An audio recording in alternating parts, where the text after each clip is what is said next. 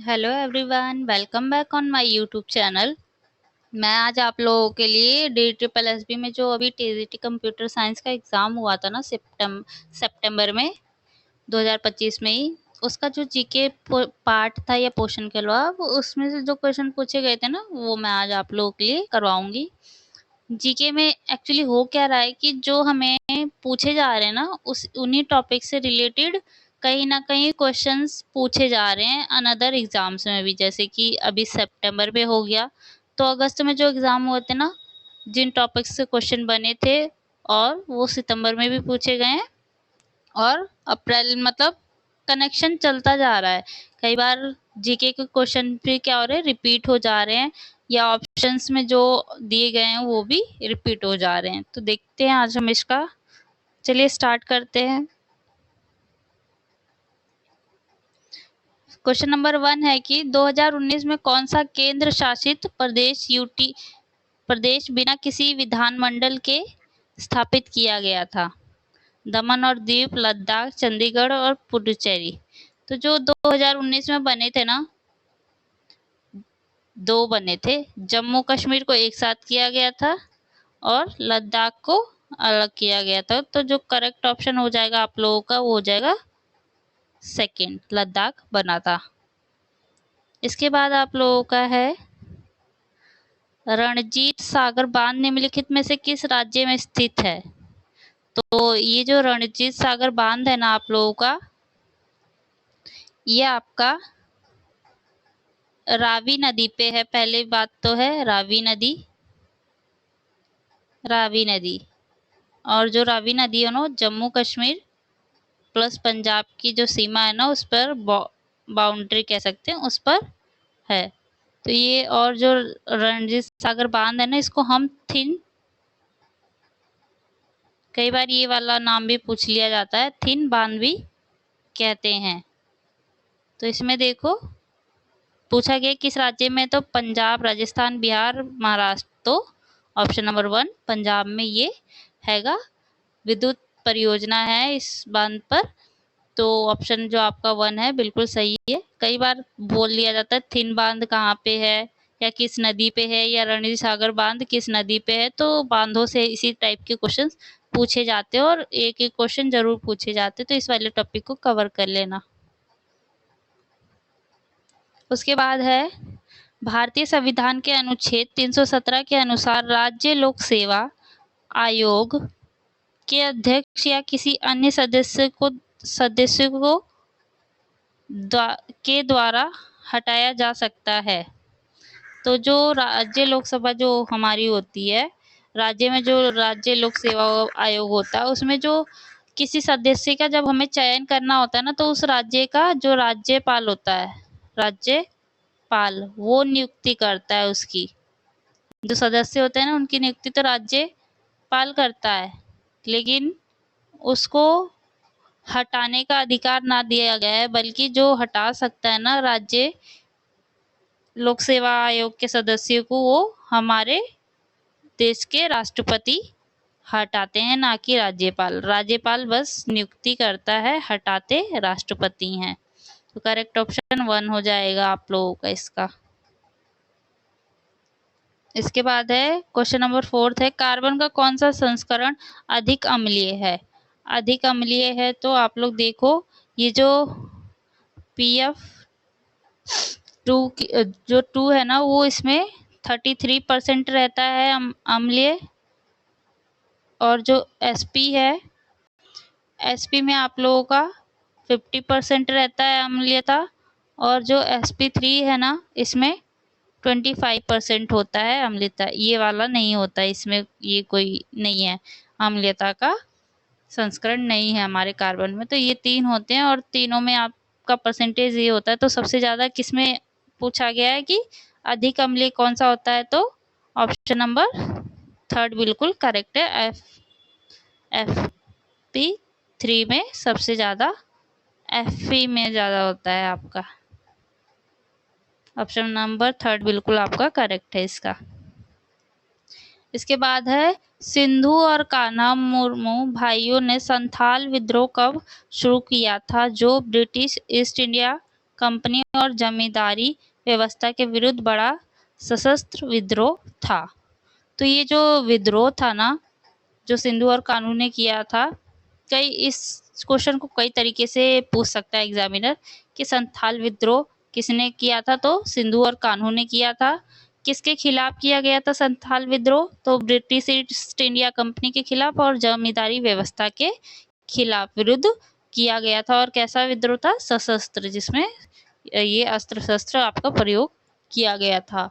और कौन से सन में किया गया था, तो ये आप देख सकते हैं 1855 में किया गया था, 30 जून। अब तो डेट वाइज टब बनाने के लिए पूछ लिया जाता है। 1855 में किया गया था। तो ये 3-4 टाइप है जिस तरीके से इस क्वेश्चन को अलग अलग एग्जाम में पूछा भी जा सकता है और पूछा भी गया है लास्ट जो एग्जाम्स हुए थे अप्रैल से। इसके बाद है मटर पौधों में मेंडल ने विप्रयासी विकल्पी लक्षणों का अध्ययन किया था। तो कितने थे वो जो विप्रयासी विलक्षणों जो थे अध्ययन के लिए, कितने मटर के उसके प्रयोग किए थे जोड़ों के, तो उन्होंने 4, 2, 9 या 7। तो करेक्ट ऑप्शन जो होगा 7, उन्होंने 7 जोड़ों का किया था।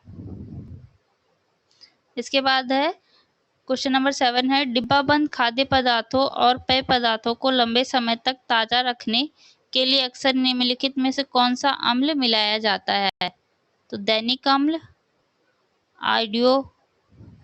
आयोडीन अम्ल हो गया, सिट्रिक अम्ल हो गया या एस्कॉर्बिक अम्ल हो गया। तो इसमें जो खाद्य पदार्थ होते हैं ना डिब्बाबंद वाले, उनको ज़्यादा टाइम तक सुरक्षित रखने के लिए सिट्रिक अम्ल का इस्तेमाल किया जाता है। सिट्रिक अम्ल जो होता है ना नींबू, खट्टे फलों में, जैसे कि नींबू हो गया, संतरा हो गया, इन सब चीज़ों में पाया जाता है। इनकी अम्लीयता ज़्यादा होती है जिससे जो बैक्टीरिया होते हैं ना वो मर जाते हैं और जो खाद्य पदार्थ होते हैं वो सुरक्षित रहते हैं। कई बार ना पूछा जाता है कि जो पैकेट्स होते हैं कुरकुरे उरकुरे होते हैं उसमें कौन सी गैस मिलाई जाती है, तो उसमें नाइट्रोजन गैस का इस्तेमाल किया जाता है और अम्ल में सिट्रिक अम्ल का इस्तेमाल किया जाता है।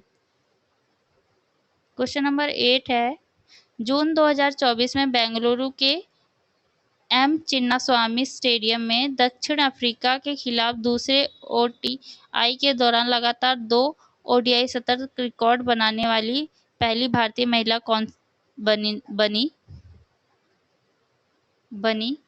तो 2000, देखो आपका पेपर कब हुआ है, सितंबर में हुआ है, लेकिन जून 2024 का जो करंट अफेयर है वो पूछा गया है।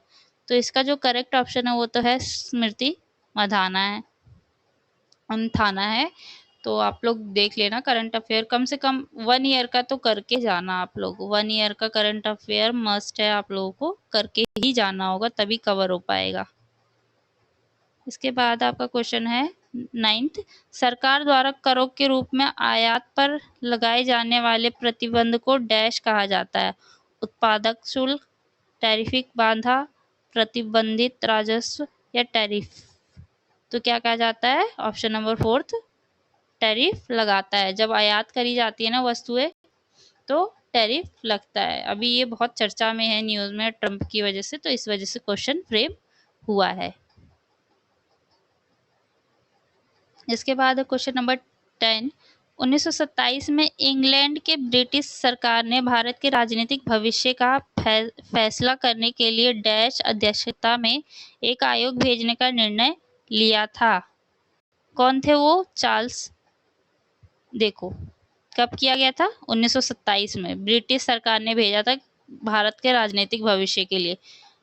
इस चीज को ना बहुत सिंपली क्वेश्चंस बना के पूछा जा सकता था कि 1927 में कौन भेजा गया था, लेकिन क्वेश्चन को ना टफ बनाने के लिए इतनी ज़्यादा ये जो लैंग्वेज का प्रयोग किया गया है, ये क्वेश्चन टफ नहीं है। आप लोग देखिए 1927 में क्या हुआ था, 1927 में क्या हुआ था, साइमन कमीशन जो आया था वो 1927 में बना था और भारत में 1928 में साइमन कमीशन आया था।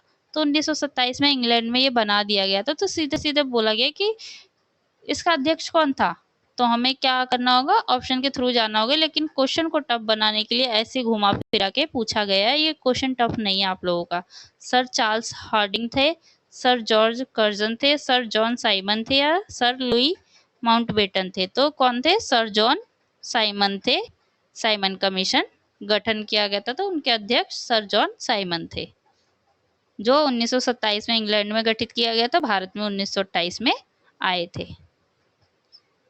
इसके बाद है मौलिक कर्तव्यों के व्यवहारिक पहलुओं पर विचार करने तथा लोगों को मौलिक कर्तव्यों को पालन की आवश्यकता के संबंध में जानकारी देने और शिक्षित करने के लिए सुझाव देने हेतु भारत सरकार द्वारा नागरिकों के मौलिक कर्तव्यों पर वर्मा समिति का गठन कब किया गया था? वर्मा समिति किससे संबंधित है? मौलिक कर्तव्यों के व्यवहारिक पहलुओं के विचार पर संबंधित है। अब इसका गठन कब किया गया था? तो 2001। ये तो कब किया गया था? ऑप्शन नंबर 3 बिल्कुल करेक्ट है इसका। इसके बाद है आप लोगों का क्वेश्चन नंबर 12 है, छाया का वह भाग जहाँ स्रोत से आने वाला सारा प्रकाश छाया बनाने वाली वस्तु द्वारा अवरुद्ध हो जाता है कहलाता है। छाया बनाने वाले द्वारा अवरुद्ध हो जाता है तो हम उसके क्या कहते हैं? उम्ब्रा, डेनुब्रा, पेनुब्रा या एंट्रोब्रा? तो क्या कहा जाता है? उम्ब्रा कहा जाता है।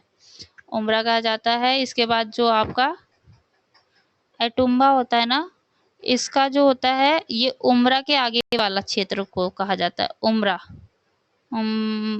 के आगे वाले क्षेत्र को कहा जाता है। आगे वाले क्षेत्र को आगे वाला जो हिस्सा होता है ना उसको कहा जाता है। और ये तब बनता है जब जो प्रकाश होता है ना, प्रकाश का जो स्रोत होता है ना वो वस्तु से बड़ा हो, तब ये होता है एंडोम्ब्रा। और ये क्या कर देता है कि जो वस्तु के प्रकाश स्रोत के केंद्र को अवरुद्ध करती है, जिससे एक चमकदार रिंग दिखाई देता है एंडोम्ब्रा में। और इसके बाद है पेनुम्ब्रा। पेनुम्ब्रा होता है छाया का वह क्षेत्र होता है, छाया का वो बाहरी क्षेत्र है जो उम्ब्रा के चारों ओर होता है। उम्ब्रा के चारों ओर, जैसे कि आप इसको उम्ब्रा ले सकते हैं। इसके बाद इसके चारों ओर जो बनेगा वो पेनुम्ब्रा बनेगा। छाया का वो क्षेत्र जो उम्ब्रा के चारों तरफ होता है उसको हम पेनुम्ब्रा कहते हैं। और छाया के जो आगे वाला हिस्सा होता है ना उसको हम एंडुम्ब्रा कहते हैं। इसके बाद है आप लोगों का 13, निम्नलिखित में से किस लेखक ने काल्पनिक भारतीय शहर मालगुडी में एक छोटे लड़के के जीवन का वर्णन किया है? काल्पनिक शहर मालगुडी में एक छोटे लड़के का, जो लड़का उसके जीवन का, तो ये जो सुधा मूर्ति है, मुल्कराज आनंद है, खुशवंत सिंह है, आर के नारायण है। तो जो ऑप्शन नंबर 4 है ना बिल्कुल करेक्ट है। आर के नारायण जी ने एक ऐसे काल्पनिक भारतीय शहर मालगुडी में एक छोटे लड़के के जीवन का वर्णन किया गया है। और जो ये इनकी कथा, लघु कथा कह लो आप लोग, तो उसका नाम है स्वामी और उसके दोस्त।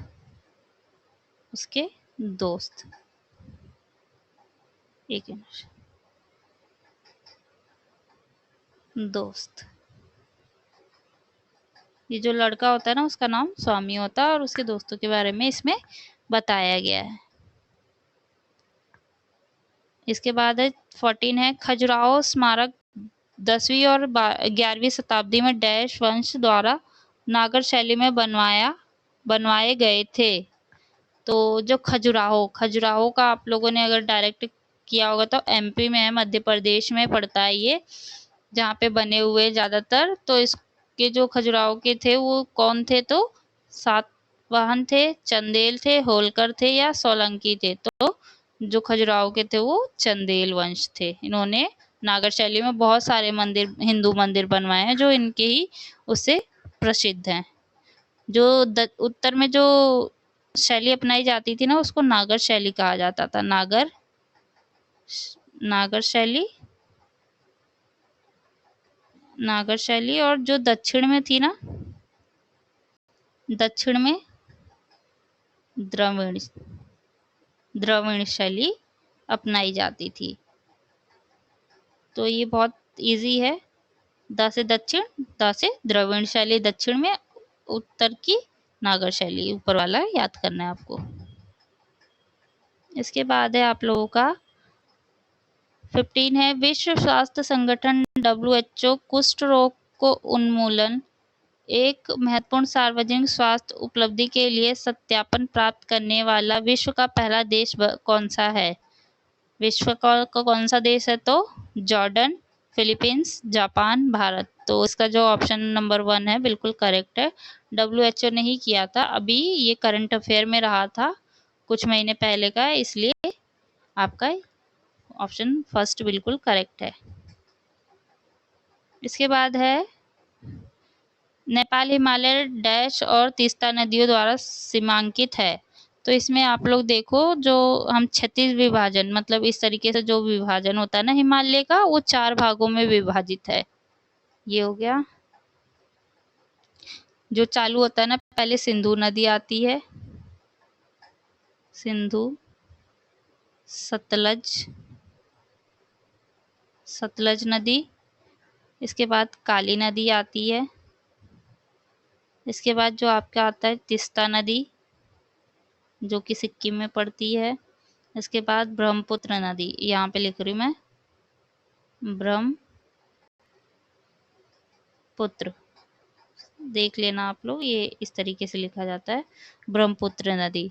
तो जो सिंधु और सतलज के बीच में पड़ते हैं ना, उसको हम जम्मू कश्मीर या पंजाब हिमालय कहते हैं, पंजाब हिमालय कहते हैं, कुछ भी लिखा सकते हैं, या तो जम्मू कश्मीर हिमालय या पंजाब हिमालय। सतलज और काली नदी के बीच जो पड़ता है ना, उसको हम कुमायूं हिमालय कहते हैं,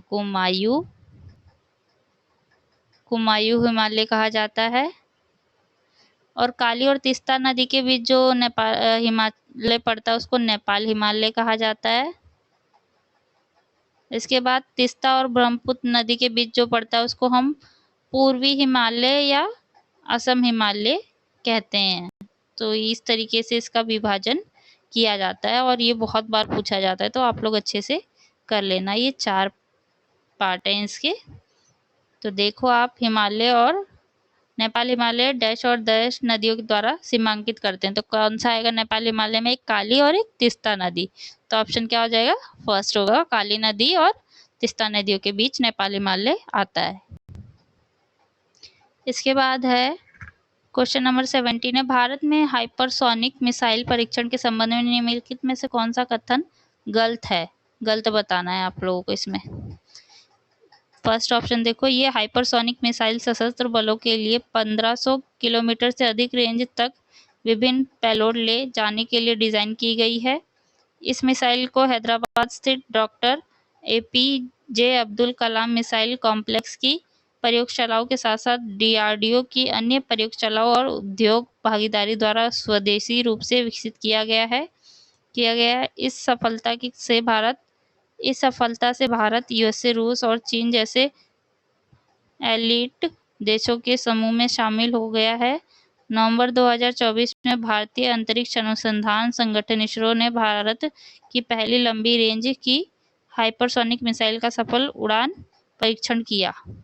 तो इसमें तो ये वाला सही है, ये भी सही है, ये भी सही है। जो ऑप्शन 4 है ना, वो इनकरेक्ट है, क्योंकि इसरो ने नहीं किया था, बल्कि किसने किया था? DRDO ने किया था, DRDO ने किया था।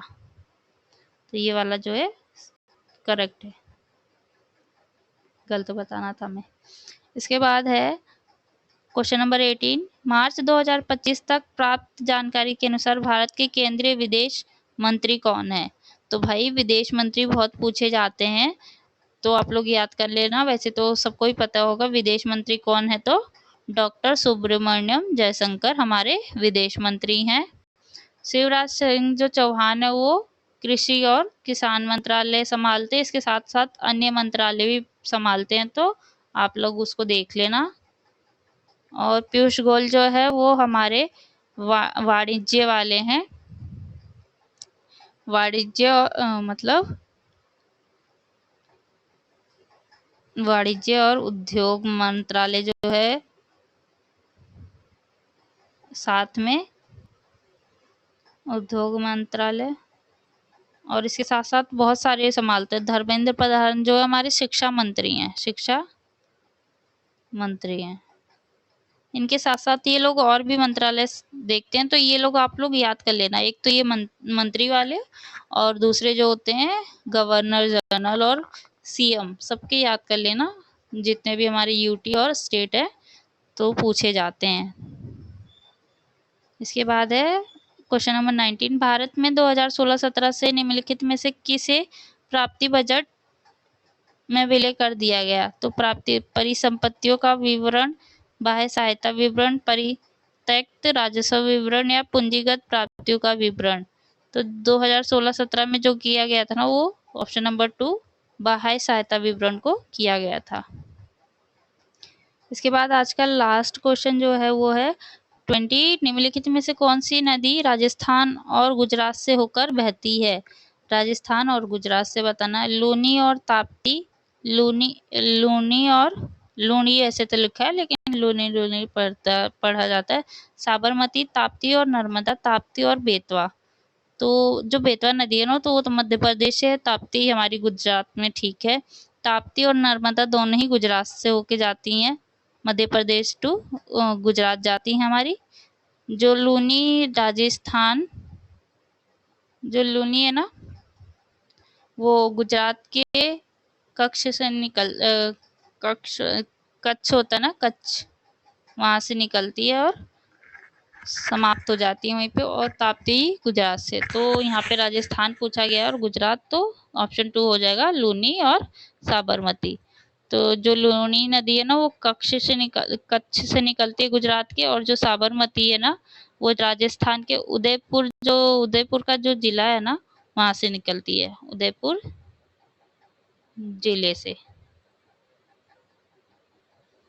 जिले से निकलती है। करेक्ट ऑप्शन जो होगा वो सेकंड वाला आपका होगा।